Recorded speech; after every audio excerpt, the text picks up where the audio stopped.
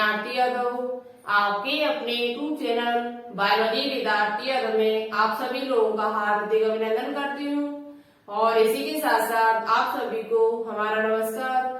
तो जैसा कि आप सभी प्यारे स्टूडेंट्स को मालूम है कि इस टाइम आपका बायोलॉजी में एक इम्पोर्टेंट चैप्टर चल रहा है जिसका नाम है प्लांट मॉर्फोलॉजी। बॉडी का बहुत ही इम्पोर्टेंट चैप्टर है, यहाँ से आपके एग्जाम में कई क्वेश्चंस भी बनते हैं।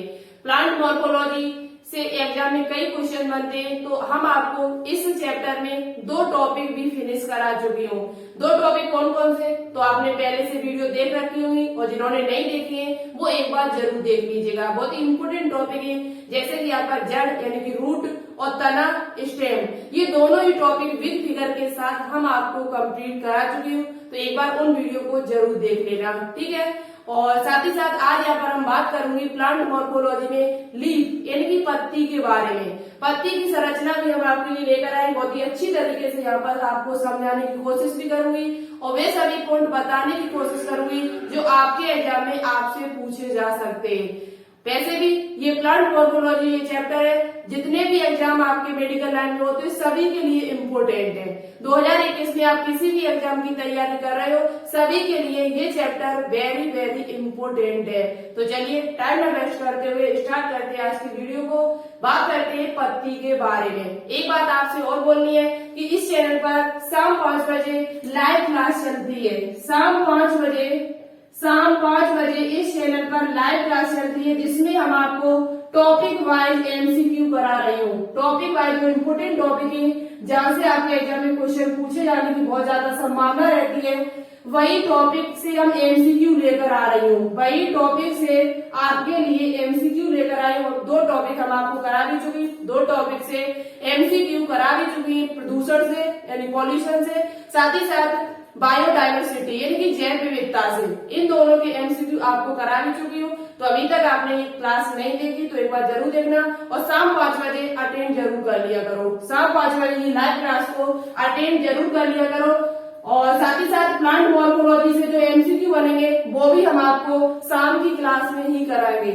जो प्लांट मॉर्फोलॉजी चैप्टर जैसे हमारा फिनिश होता है, उसके बाद इसके जो भी एमसीक्यू बनेंगे वो आपको शाम की क्लास में मिलेंगे, ठीक है। तो चलिए अब बात करते हैं पत्ती पर। तो जो भी स्टूडेंट इस चैनल पर न्यू जुड़े हुए हैं, प्लीज इस चैनल को सब्सक्राइब करने के साथ साथ बेल आइकन को प्रेस ऑल पर क्लिक करिए, जिससे आने वाली वीडियो के जो नोटिफिकेशन है वो आपके पास टाइम टू टाइम पहुंचते रहे।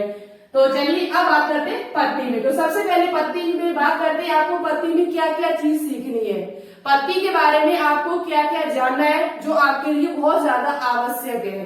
तो देखो कहाँ से आपके एग्जाम में क्वेश्चन पूछे जाते हैं वो भी हम आपको बताते हुए चलूंगी। सबसे पहले पत्ती में आपको सीखना है structure of leaf. Structure of leaf यानी पत्ती की संरचना कैसी होती है, पत्ती की संरचना।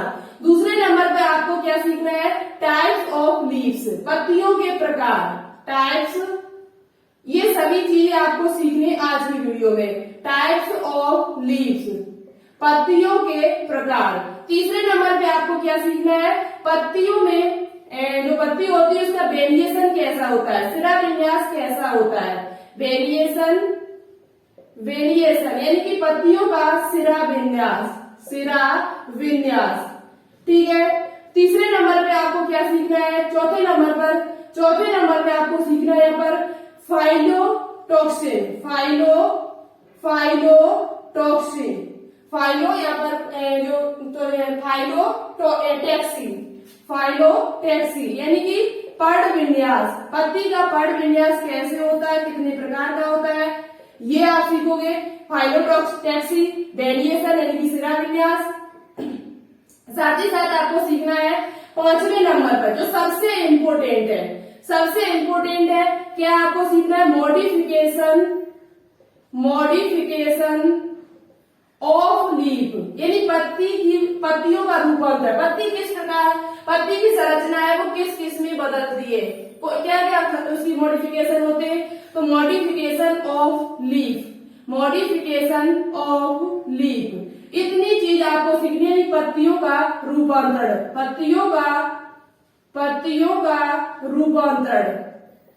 रूपांतरण यानी किन के रूपों में ये बदलती है, किन किन संरचनाओं में पत्तियां बदल जाती हैं, ये चीज आज के इस वीडियो में आप लोग सीखोगे। तो सबसे पहले हम बात करेंगे यहाँ पर स्ट्रक्चर ऑफ लीफ, जैसा कि आपको सामने फिगर दिखाई दे रहा है। और ये फिगर आज सही बता रही हूँ मैं, ये जीवन में पहली बार इतनी अच्छी, अब अच्छी मानो चाहे बुरी मानो, पहली बार इतनी अच्छी मैंने पत्ती इस बोर्ड पर बनाई है। मेरी कला ज्यादा अच्छी नहीं है, कोशिश करती हूँ अच्छी करने की, क्योंकि बायोलॉजी में बहुत ज्यादा फिगर है, तो अब ये कोशिश रहती है कि अच्छा से अच्छा काम किया जाए। लेकिन ये जो बनाया फिगर वो पहली बार हमने बनाया है, ठीक है। तो चलिए अब बात करती हूँ स्ट्रक्चर ऑफ लीफ, यानी पत्ती की संरचना। तो देखो पत्ती जो होती है वो 3 भागों में बटी होती है। पत्ती जो होती है वो आपके 3 भागों में बटी होती है। पत्ती की संरचना को बताने से पहले एक पॉइंट और डिस्कस कर लूं जो आपके लिए इम्पोर्टेंट है, जो हम आपको बता भी चुकी हूँ शायद। पत्ती का निर्माण कहाँ से होता है? पत्ती का निर्माण कहाँ से होता है? तो पत्ती का निर्माण हमने आपको बताया था नोड से होता है। कहाँ से होता है? नोड, यानी कि जो पर्व होते हैं उनसे होता है। देखो ये वाला जो भाग है इसे कहा जाता है पर्व। इसे क्या कहा जाता है? पर्व, यानी कि नोड्स। क्या कहा जाता है? नोड्स।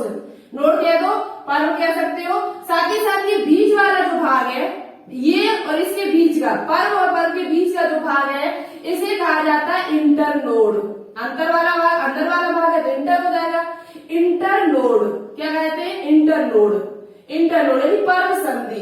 पर्व संधि, 2 पर्वों के बीच में क्या होता है? इंटरनोड होता है, ठीक है।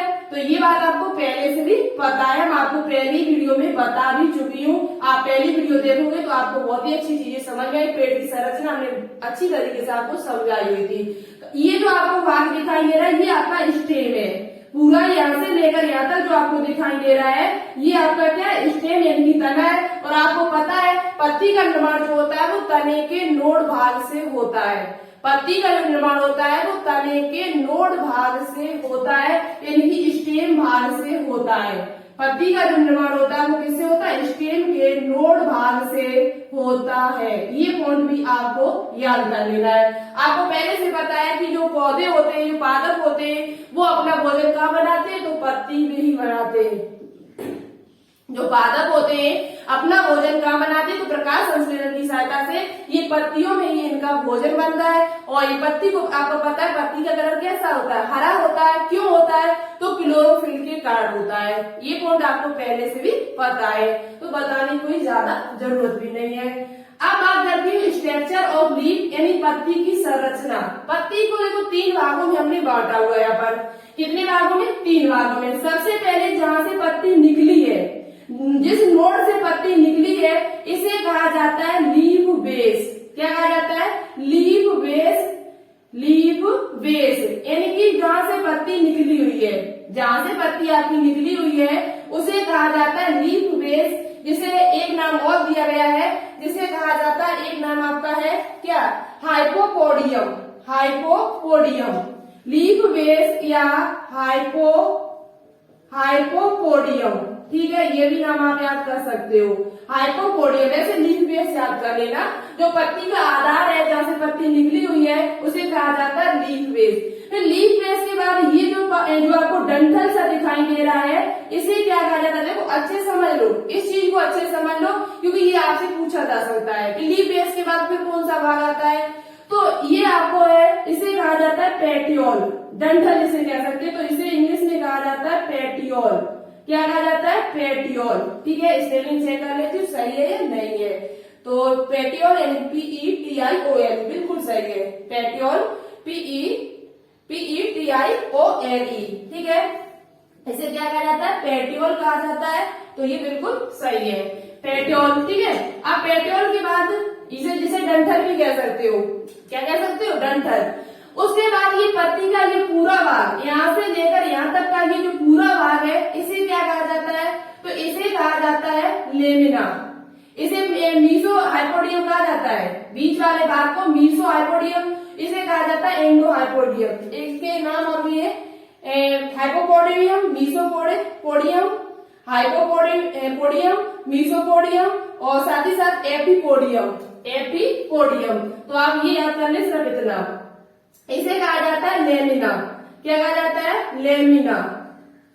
लेमिना यानी कि इसे कह सकते हैं आप एपिपोडियम। एपिपोडियम, जो एप यानी कि चोटी पर, एपिपोडियम। एपिपोडियम इसे कहा जाता है मीसोपोडियम, मीसोपोडियम। ठीक है, तो आपको यहाँ से एक चीज पता चल गई होगी कि पत्ती की जो संरचना है वो कैसी है। पत्ती ये उसे 3 भागों में हमने पहले बांटा, लीफ बेस यानी कि जो आधार जहाँ से पत्ती निकली हुई है नोड से, दूसरा जो भाग है उसका पेटियोल, जिसे क्या कहा जाता है, पेटियोल यानी कि पिटा पिटाया भाग, बहुत ही डंठल सा भाग, पेटियोल यानी कि मीसोपोडियम, और तीसरा जो भाग है पर्णफलिक, इसे हिंदी में कहा जाता है पर्णफलिक। क्या कहा जाता है, पर्णफलिक कहा जाता है, जबकि पेटियोल को कहा जाता है पर्णग्रंथ। क्या कहा जाता है, पेटियोल को हिंदी में कहा जाता है पर्णग्रंथ, इसे भी आप हिंदी में लिख सकते हो पर्णग्रंथ। ठीक है, हिंदी वाले बच्चे भी पर्णग्रंथ आपको जब मिलेगा क्वेश्चन तो आप समझ नहीं पाओगे। तो मीसोपोडियम को कहा जाता है पर्णग्रंथ और इसे कहा जाता है पर्णफलक, फलक जो, और लीफ बेस को कहा जाता है, लीफ बेस को आप लीफ बेस कह दो या पर्णाधार कह दो। क्या कह दो, पर्णाधार, जहां से पर्ण निकली है, जहां से पत्ती निकली हुई है, पर्णाधार। तो ये तीनों ही आपको क्लियर हो चुके होंगे। अब बात करते हैं ये बीच वाला भाग, इसे क्या कहा जाता है, तो इसे कहा जाता है मिड रिब। क्या कहा जाता है, मिड रिब यानी कि मध्य सिरा, मध्य सिरा, जिसके द्वारा आपका भोजन का आना, पानी का आना, ये इन्हीं के द्वारा होता है। जाइलम फ्लोएम की जो छोटी छोटी केस, यानी कि जिस प्रकार से धमनी सिरा की केसकल होती है, उसी प्रकार से ये भी आपकी छोटी छोटी, जिनके द्वारा खले लवड, पानी का आना, फिर पत्तियों से बना हुआ भोजन वापस फिर इन्हीं के द्वारा जाना।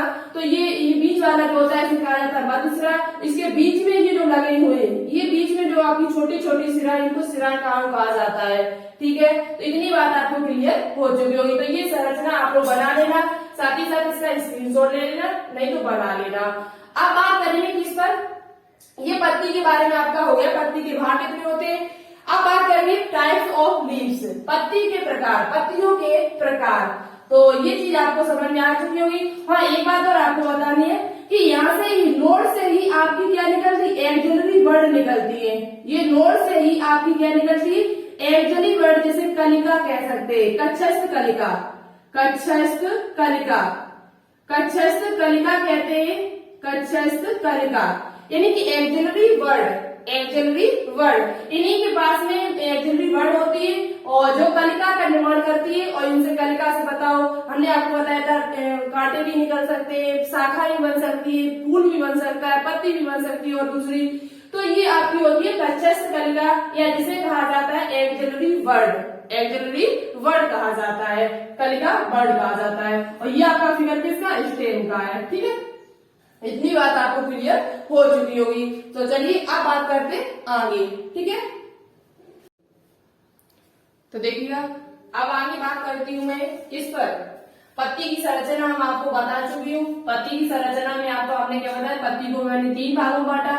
सबसे पहले लीफ बेस यानी कि पर्णाधार, दूसरे नंबर पर पेटियोल यानी कि पर्णग्रंथ, जहाँ से पत्ती का जो डंठल होता है उसे पर्णग्रंथ कहा जाता है, और जहाँ से पत्ती निकलती है उसे लीफ बेस कहा जाता है, और जो बचा हुआ जो भाग है हमारा उसे कहा जाता है लेमिना यानी कि पर्णफलक। क्या कहा जाता है, पर्णफलक जो हमारा होता है आगे वाला भाग। तो ये था हमारा स्ट्रक्चर ऑफ लीफ। अब बात करती है यहाँ पर types of leaves, with figure के साथ हम आपको समझाते हुए चलेंगे, तो आपको फिगर भी आपको यहाँ दिख जाएगी आगे। ठीक है, तो टाइप्स ऑफ लीव्स यानी कि जो पत्ती के प्रकार है वो किसके आधार पर है, तो पर्णफलक यानी कि लेमिना के आधार पर। लेमिना जो आपका आगे वाला जो भाग है पत्ती का, लेमिना के कटाव के आधार पर ये बांटा गया 2 भागों में। इसे 2 प्रकार की पत्तियां होती है। कितने प्रकार की होती है, 2 प्रकार की पत्तियां होती है, 2 भागों में इसे बांटा गया है। प्रकार कह दो या बांटा नहीं।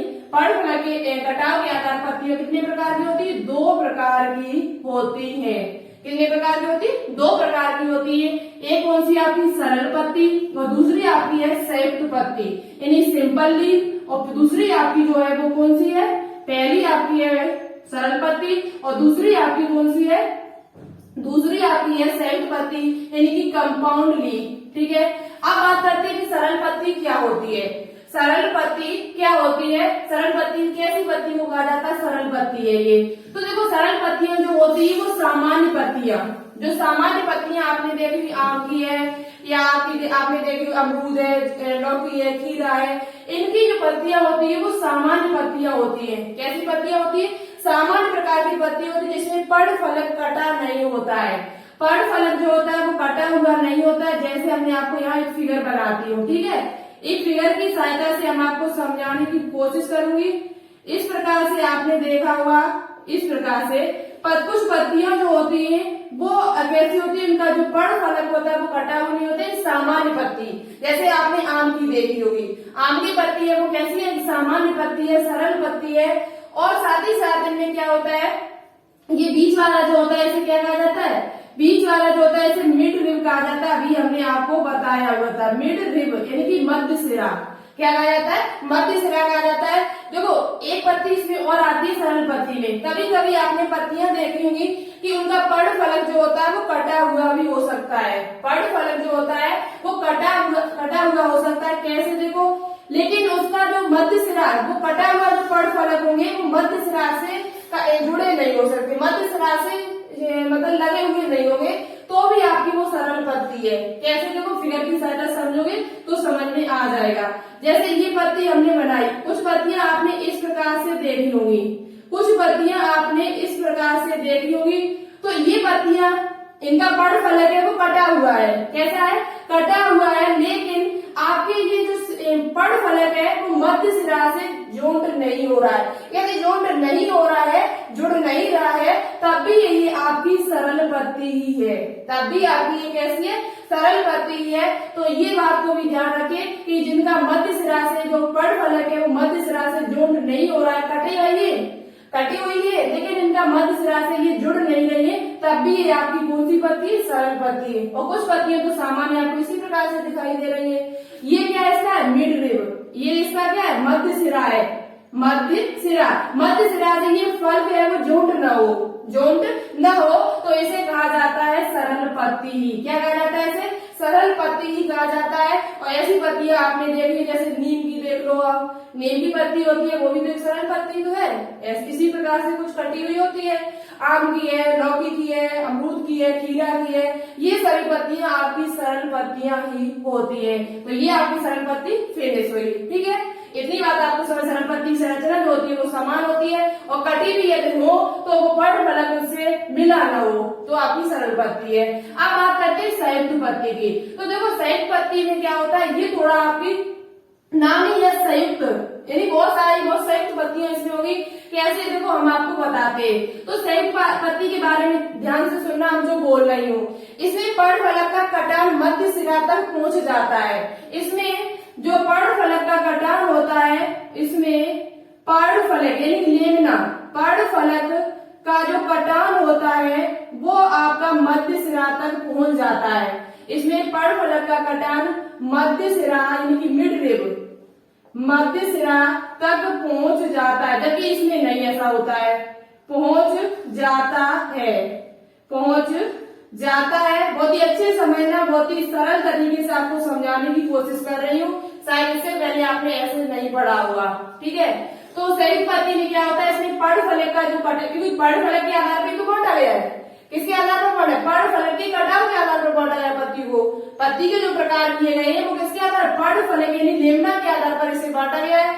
तो इसमें पर्ण फलक का जो कटान होता है वो मध्य सिरा यानी मिड रिब तक पहुंच जाता है।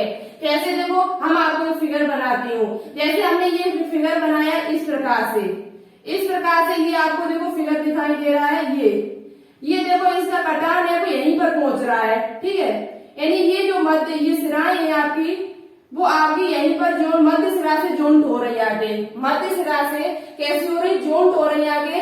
तो यहाँ पर आप जैसे कि यहाँ पर हम आपको पत्ती में शायद नीम बोल गए। यहाँ पर सरल पत्ती में नीम नहीं आपका आता है। यहाँ से हम जो नीम बोल गए वो नहीं आता है। नीम आता है संयुक्त पत्ती में। नीम जो आता है वो आपका संयुक्त पत्ती का उदाहरण है। यहाँ पर यदि हम बोल गए तो सॉरी, यहाँ नहीं नोट करना। यहाँ पर आपकी आम, लौकी, खीरा, ये पत्तियां सामान्य पत्तियां आ जाएंगी। सामान्य पत्तियां जो होगी वो सरल पत्ती में आएगी। जबकि बात करते हैं जैसे संयुक्त पत्ती में, तो आपकी नीम की जो पत्ती है वो आपकी ऐसी होती है संयुक्त पत्ती। कैसे? देखो यहाँ पर क्या होगा, जो इनका जो इनका ये होगा पड़ फलक, वो मध्य सिरा से जोंट हो रहा है। किससे हो रहा है? मध्य सिरा से ये देखो जोंट हो रहा है, तो इसे कहा जाता है संयुक्त पत्ती। मतलब एक पड़ फलक कई पत्तियों में बढ़ रहा है। एक पड़ फलक एक ही है, लेकिन ये कई पत्ती आपको छोटी छोटी दिखाई दे रही होगी। कई छोटी छोटी पत्तियां आपको दिखाई, आप नीम की पत्ती तोड़ के देखना तो कुछ वो इस प्रकार से ही दिखाई देती है। तो जैसे कि यहाँ पर नीम हो जाएगा, हमारा क्या हो जाएगा, नीम है, खट्टी बूटी होती है, वो आपके सभी संयुक्त पत्ती के उदाहरण है। ठीक है, तो यहाँ पर एक बात ध्यान रखना, अभी तक आप इसे मिड रिब कहा जाता है, मध्य सिरा कहा जाता है, लेकिन यहाँ मध्य सिरा न कह के यहाँ पर दूसरा नाम दिया गया रेस्कस।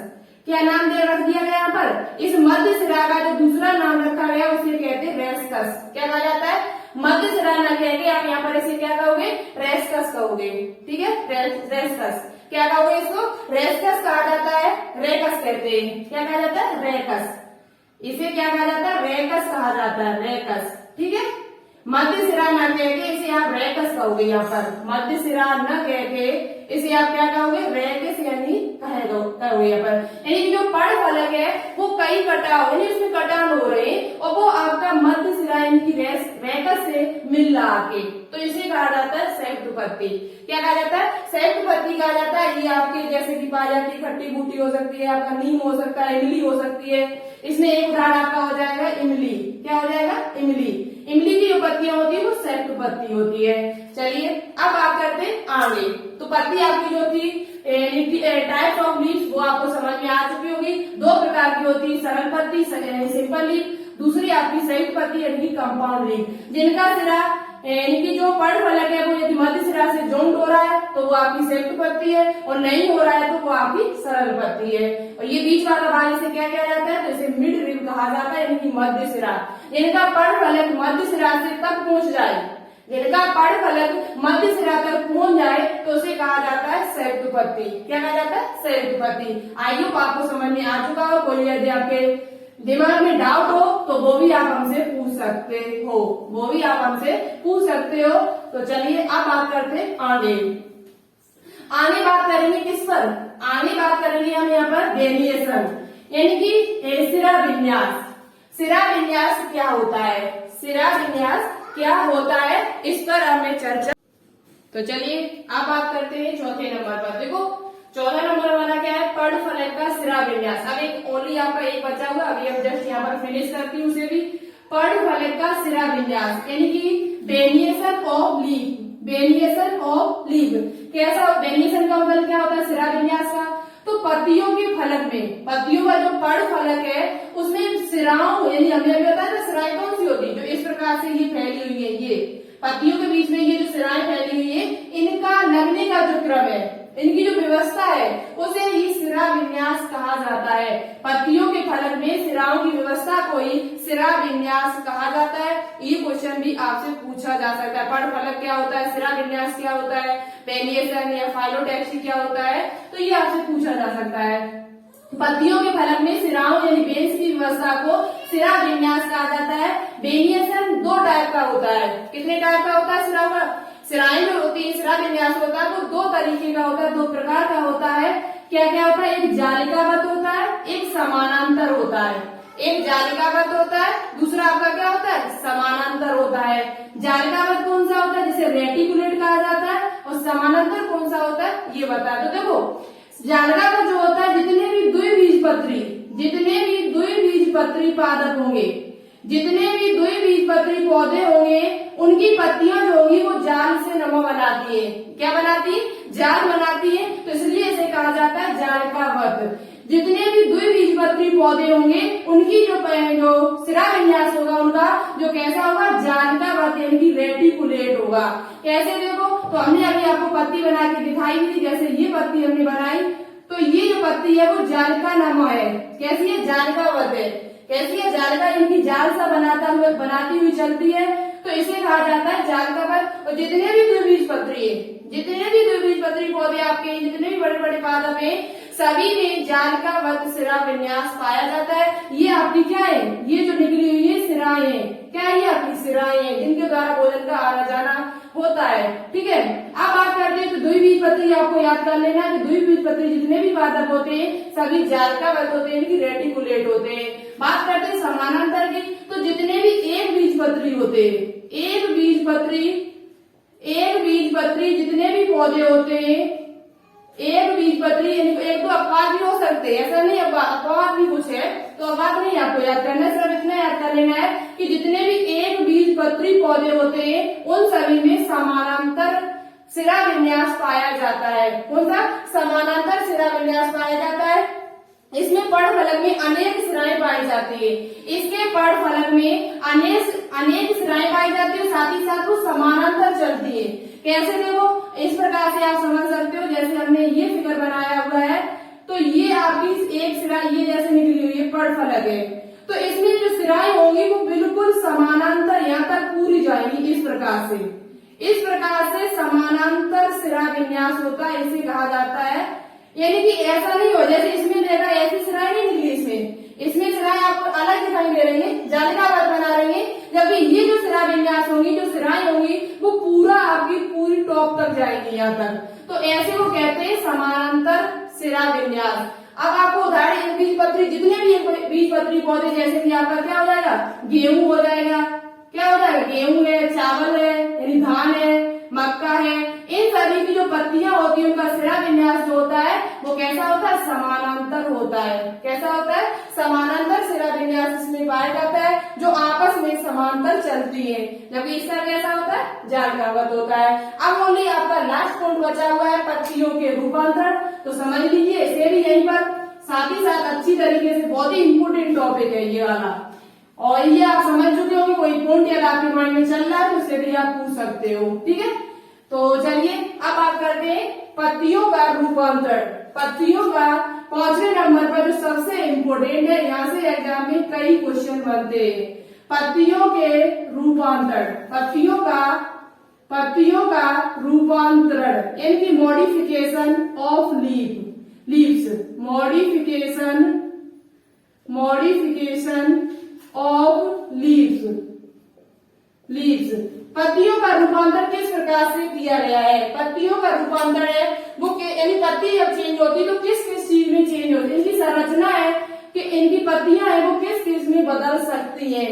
तो देखो पत्तियां इनकी जो जब पत्ती से किसी अन्य संरचना का निर्माण होता है तो उसे ही पत्ती का रूपांतर कहते हैं। जब पत्ती की संरचना से पत्ती से किसी अन्य संरचना का निर्माण यदि हो रहा है तो उसे ही पत्ती का रूपांतर कहते हैं। अब ये किस प्रकार से होता है तो ये भी देखो समझते हुए चलो, कम से कम 4-5 प्रकार है इसके भी।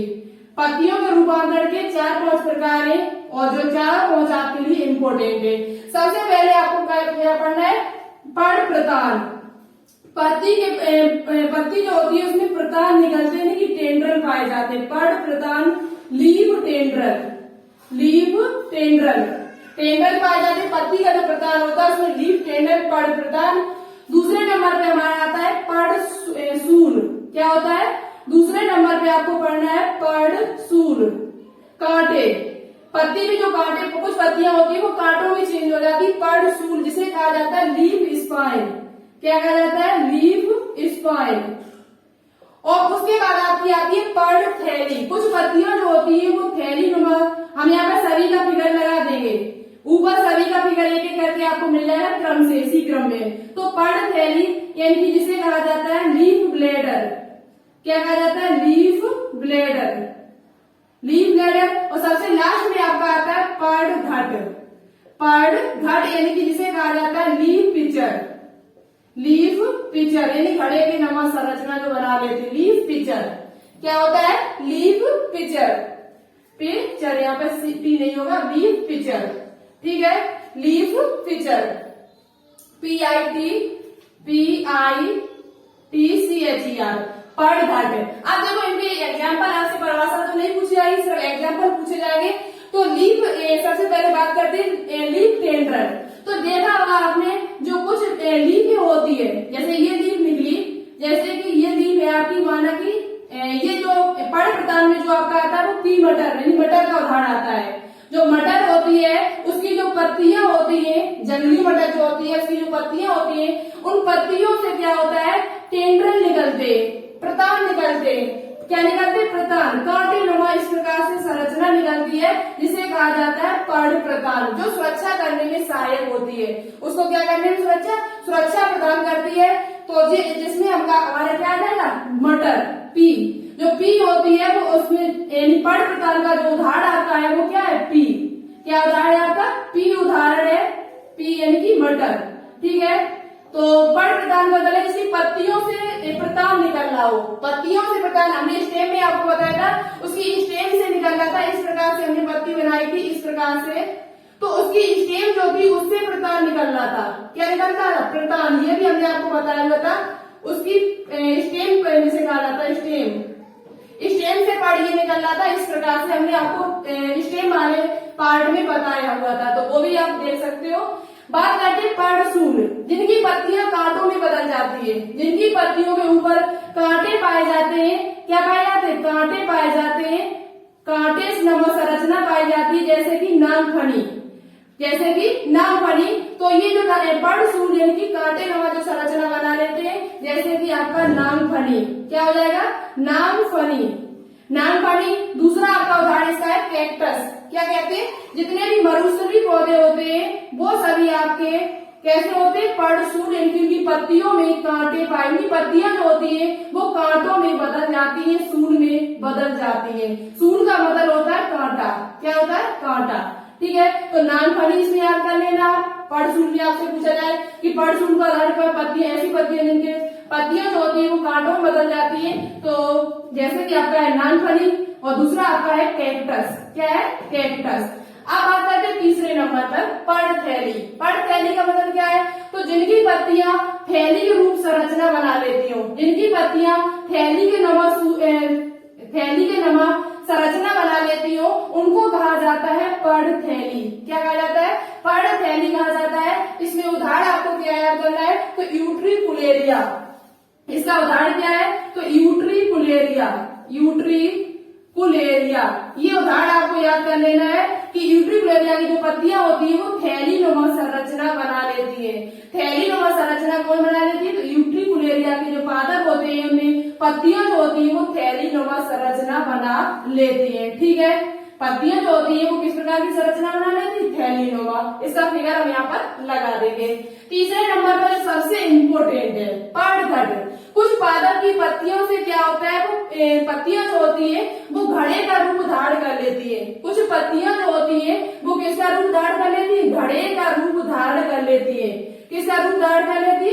घड़े का रूप धारण कर लेती है। उनकी पत्तियों से घड़े का रूप, और साथ ही साथ ये जो जितने भी पर्णघट यानी जिसे घटपर्णी भी कह सकते हैं। क्या कह सकते हैं? घटपर्णी। घटपर्णी या लीफ पिचर या पिचर प्लांट। पिचर प्लांट, जितने भी पिचर प्लांट होते हैं उनमें घड़े के रूप धारण कर लेती है। उनकी पत्तियां जो होती है वो घड़े का रूप धारण कर लेती है। और साथ ही साथ ये क्या करते हैं? ये कोई भी इनके ये नाइट्रोजन का स्थिति, जहाँ पर नाइट्रोजन की कमी होती है ऐसी जगह पाए जाते हैं, तो ये क्या करती है? ये जो पौधे होते हैं, ये कोई बाहर से कोई कीट आ रहा है तो ये कीट को क्या करता है? कीट तो अपने आप खाने के लिए आया, लेकिन ये उस कीट को क्या करेगा? अंदर ही पैक कर लेगा। उस कीट को अंदर ही पैक करके उससे जो भी नाइट्रोजन होगी उसे खींच लेते हैं। तो ऐसे पादपों को कहा जाता है पर्णघट या घटपर्णी प्लांट। घटपर्णी प्लांट। अब इसमें उदाहरण क्या गया है? तो इसका उदाहरण आपको याद कर लेना है नेफेंथीज। नेफेंथीज, क्या उदाहरण इसका है? नेफेंथीज। नेफेंथीज, नेफेंथीज, नेफेंथीज। और साथ ही साथ एक उदाहरण इसका और याद कर लेना जिसका नाम है डिस्कीडिया। डिस्कीडिया, डिस्कीडिया, डिस्कीडिया और नेफेंथीज। नेफेंथीज ये एक कीटहारी पादप है। पूछा जाता है नेफेंथीज कैसा पादप है? तो नेफेंथीज आपका कीटहारी पादप होता है, कीटों को खाने वाला। नेफेंथीज जो आपका होता है वो कीटहारी पादप होता है, कीटों को खाने वाला होता है। जबकि डिस्कीडिया जो होता है ये कीटहारी नहीं होता है, कीटों को नहीं खाता। ये अपना जो पत्ती होता है उसे घड़े के रूप में क्यों बना लेता है? जल को संग्रह करने के लिए। तो ये जल को संग्रह करने के लिए अपनी संरचना जो होती है वो घड़े के नमा बना लेता है। ये कीटों को नहीं खाता है जो डिस्कीडिया होता है। तो इसे ये जल संग्रहण करने के लिए, जल को इकट्ठा करने के लिए ये घड़े का रूप धारण कर लेता है। किसका रूप धारण कर लेता है? घड़े का। ये यानी कीटहारी नहीं है, अकीटहारी है। कैसा पादप है? अकीटहारी पादप है। जबकि नेफेंथीज की बात कर ली जाए तो नेफेंथीज आपका एक कीटहारी पादप है और ये कीटों को खाता है, इसलिए इसे कीटहारी पादप भी कहा जाता है। और वैसे किसका उदाहरण है? तो नेफेंथीज है वो घटपर्णी यानी लीफ फिचर का उदाहरण है। तो ये एग्जाम्पल आप लोग सभी याद कर लेना, बहुत ही इंपोर्टेंट है। पूरा ही चार्ट आप इसकी स्क्रीनशॉट लेना चाहते हो तो स्क्रीनशॉट ले सकते हो। ये पत्तियां घड़े या घड़े के समान आकृति में परिवर्तित हो जाती है, जैसे कि नेफेंथीज, साथ ही साथ आपका कौन सा है? डिस्किडिया। ये कीटहारी पादप है, जबकि ये कीटहारी पादप नहीं है। ठीक है, तो इतनी बात आपकी क्लियर हुई और यही पॉइंट आपको याद करने हैं जो आपके एग्जाम्स के लिए इम्पोर्टेंट है। पर्ण प्रतान में कौन आएगा? तो पर्ण प्रतान में आपकी मटर आती है। मटर में क्या होते हैं? इनकी पत्तियों से प्रतान निकलते हैं, इनको सुरक्षा में करने में सहायक होते हैं। सुरक्षा करते हैं इनकी पत्तियों की। तो एक पर्णप्रतान, दूसरा पर्णसूल, तीसरा पर्णथैली और चौथा आपका है पर्णघट यानी कि घटपर्णी पादप यानी कि लीफ पिचर। तो आज का टॉपिक हमारा यहीं पर फिनिश होता है। वीडियो आपको कैसी लगी, कितना समझ में आया 100 में से कमेंट बॉक्स में कमेंट करके जरूर बताना। कमेंट बॉक्स में कमेंट करके जरूर बताना।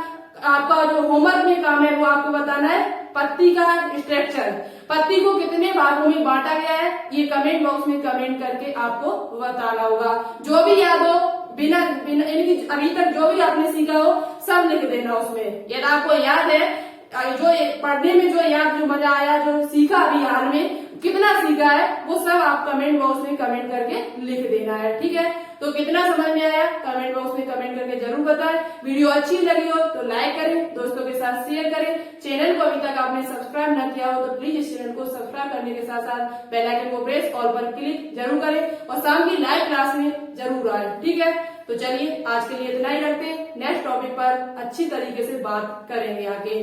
Thank you. जय हिंद, जय भारत।